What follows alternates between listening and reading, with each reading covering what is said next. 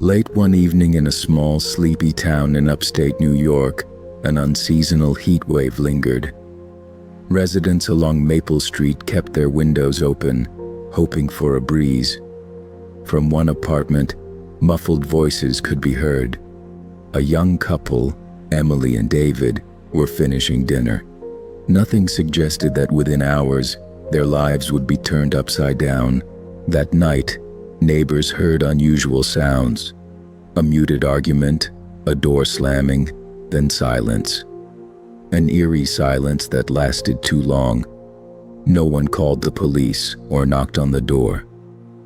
Not our business, they thought, consoling themselves that the young couple was probably just arguing again.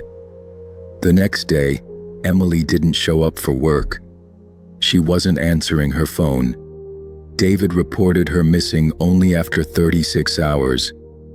He told the police that his wife had left after a fight and hadn't returned. His eyes were red. Was it from crying or lack of sleep? When officers arrived at the apartment, everything seemed in order. The bed was neatly made. Dishes were washed. No signs of a struggle. Only in the bathroom, a barely noticeable blood smear on the door frame. She must have hit her head, David explained, avoiding eye contact. She often tripped. With each passing day, the atmosphere surrounding Emily's disappearance grew tenser. David stuck to his story, but neighbors began whispering about a car parked too long outside their building. About a man who visited when David wasn't home. No one suspected then that nothing in this story was as it seemed, and that the truth lay much deeper than anyone could have imagined. Welcome to the channel The Final Whisper. My name is Robert, and I share stories that could have happened, or already did. Each one is a reminder that behind the facade of normalcy, a dark secret may lurk. Stay with me until the end. Emily and David met in college. She, a driven psychology student with a warm smile and sharp eyes. He, a handsome future engineer, always surrounded by friends, confident.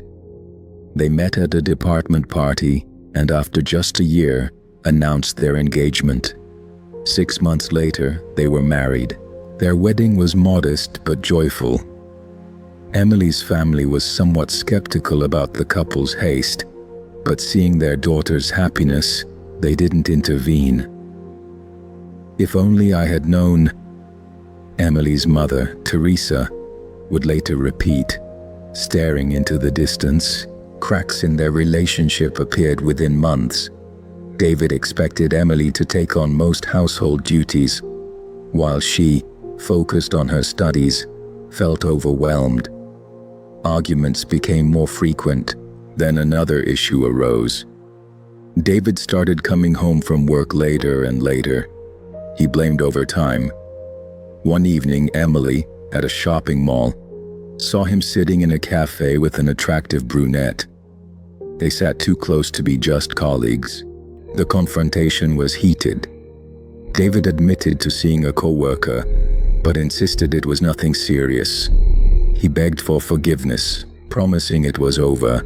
Emily forgave him but couldn't stop thinking about the betrayal. She began paying more attention to details.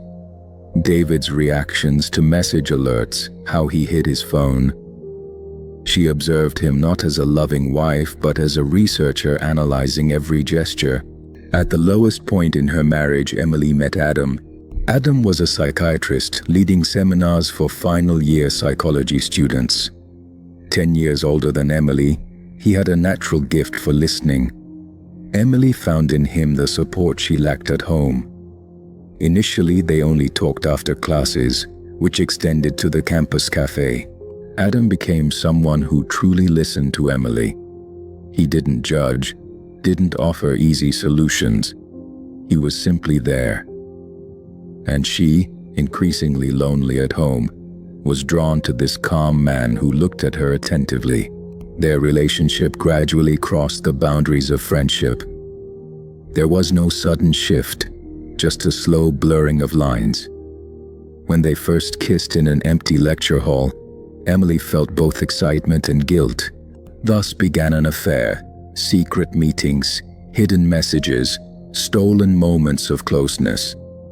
Adam didn't pressure Emily to leave her husband, but made it clear his feelings were genuine. Meanwhile, life at home with David was just a facade. Emily considered leaving but feared the consequences and others' reactions.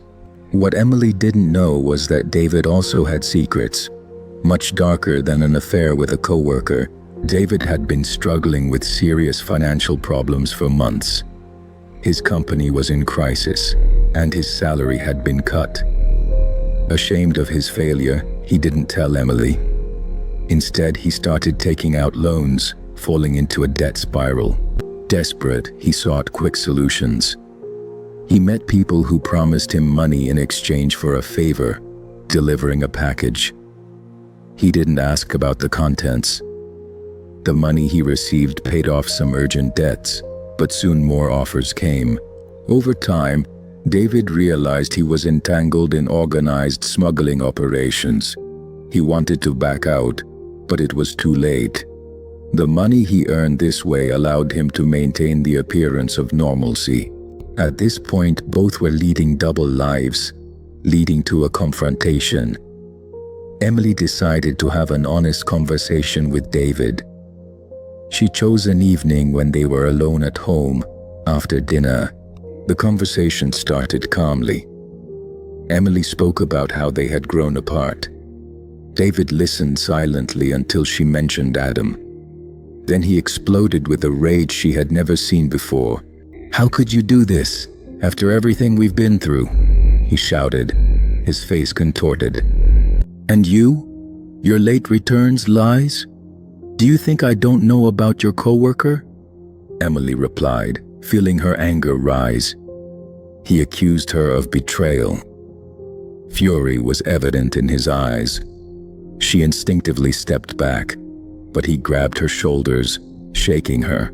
Emily broke free, stumbling and hitting the doorframe. She felt blood trickle down her forehead. Seeing this, David immediately calmed down. He tried to help, but she pushed his hand away and locked herself in the bathroom. When she emerged, David was gone. He had left a short note: "I'm sorry, I need to cool off." Still shaken, Emily packed some essentials and called Adam. While waiting for him, she heard the doorbell.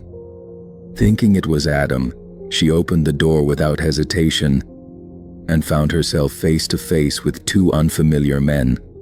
One tall and thin with a pale face, the other burly with a scar across his cheek. They asked about David. Emily said he had left. The men exchanged glances. Noticing her suitcase, the burly one asked if she was going somewhere, a disturbing glint in his eyes. "No, just organizing things," Emily lied, feeling growing fear. She tried to close the door, but the taller man blocked it with his foot. "We need to talk about your husband," he said, forcing his way into the apartment. The men closed the door behind them and began searching the apartment.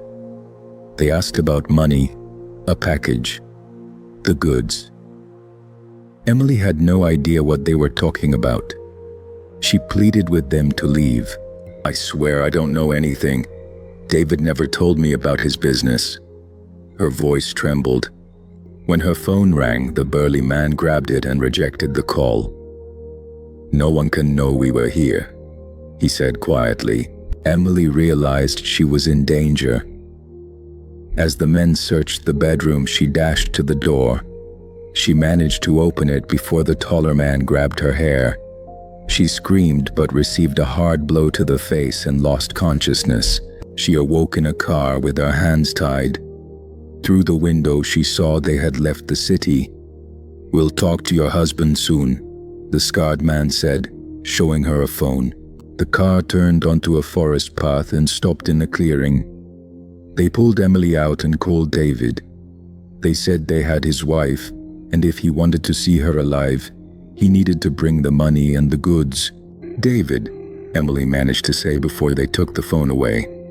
They waited in the forest for 2 hours. From a conversation she overheard, Emily learned that David was supposed to deliver drugs to the kidnappers, but had disappeared with the goods and money. At one point, the scarred man's phone rang. After a brief conversation, he said, "The boss wants to talk to us." They returned to the car and drove to old warehouses on the city's outskirts. Inside awaited an elegantly dressed older man with perfectly trimmed gray hair. "What's going on here?" he asked quietly, seeing the tied-up Emily. When the men explained the situation, the older man approached Emily. "Your husband worked for me. He disappeared with a large amount of cash and drugs. My people were supposed to find him, not kidnap his wife." Emily assured him she had no knowledge of David's dealings and had planned to leave him. The older man believed her, but stated that it didn't change the fact that David still had his money. "Take her away. Find a safe place," he ordered his men. They took Emily to an abandoned hunting cabin in the woods, where she spent several days under guard. They gave her food, but her phone was taken and the door was always locked. Meanwhile, after the kidnappers' call, David panicked. He no longer had the money or drugs. He had lost everything trying to deceive his employers.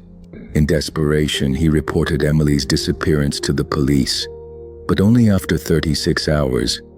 He played the role of a worried husband, not mentioning the real reason for his wife's disappearance.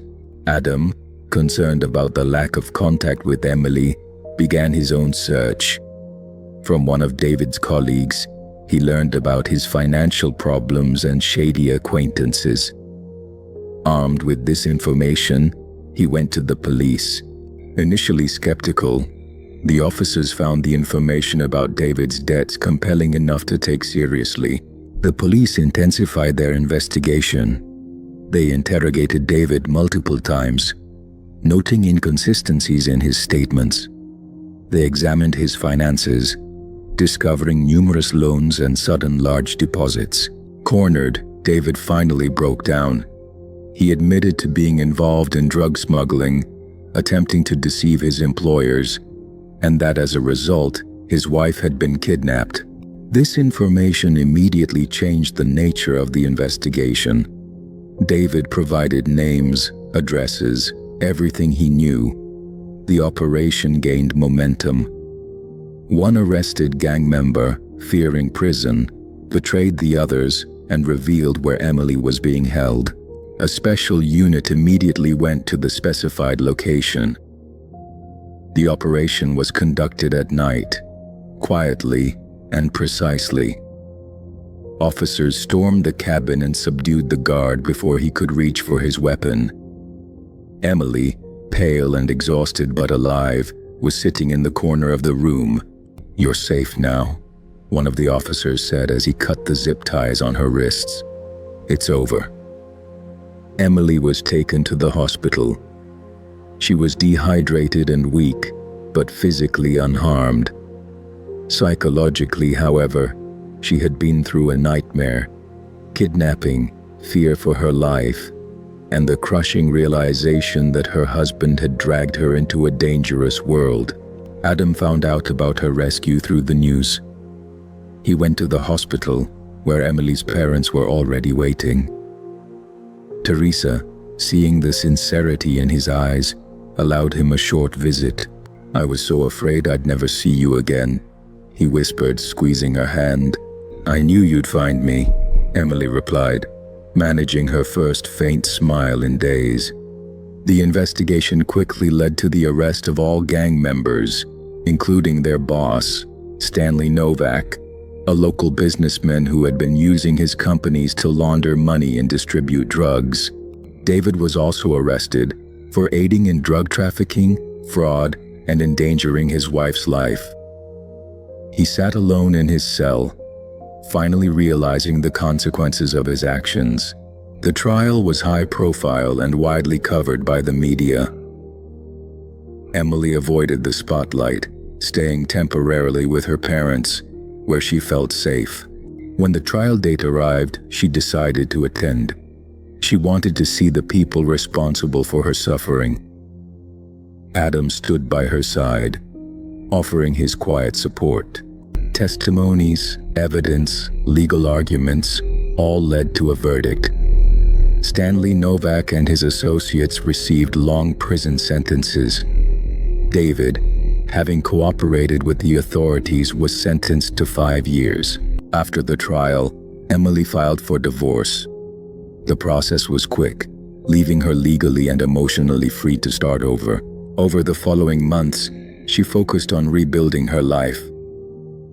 She finished her degree and took a job at a trauma counseling center, helping people heal from their own painful experiences. She rented an apartment far from the places tied to her past. Adam remained by her side, never pressuring her, letting everything unfold naturally. Eventually, the day came when Emily felt ready to love again. It wasn't a grand, dramatic moment. One evening, she simply said, "I want to try. With you." They began their relationship slowly and carefully. Adam understood that Emily needed time to fully trust again, to let go of fear. He supported her through therapy and celebrated every small step forward. A year later, Emily visited David in prison. She hadn't planned it. It just felt like something she had to do to close the chapter for good. David looked different, thinner, his eyes dull. But there was something new in him. Humility. "I don't hate you," she said before leaving. "I don't forgive you, but I don't hate you. I hope you find a way to forgive yourself." 2 years later, Emily and Adam had a quiet, intimate wedding. There was no glitz, only true closeness and understanding. They moved into a small house on the edge of town, running a therapy practice together, helping others reclaim their lives. Sometimes sitting in the backyard at night, Emily would think back to those dark days. Not often, but she didn't shy away from the memories. They were a part of her. They taught her how precious real trust is, how vital honesty is in any relationship. Because the greatest lesson she took from this story was that the truth, even when painful, is always better than the prettiest lie, and that it's always worth fighting for a new beginning. Thank you for listening to this story. If it touched you, leave a like and subscribe to The Final Whisper. Remember, behind every story, there's a real person. See you in the next episode.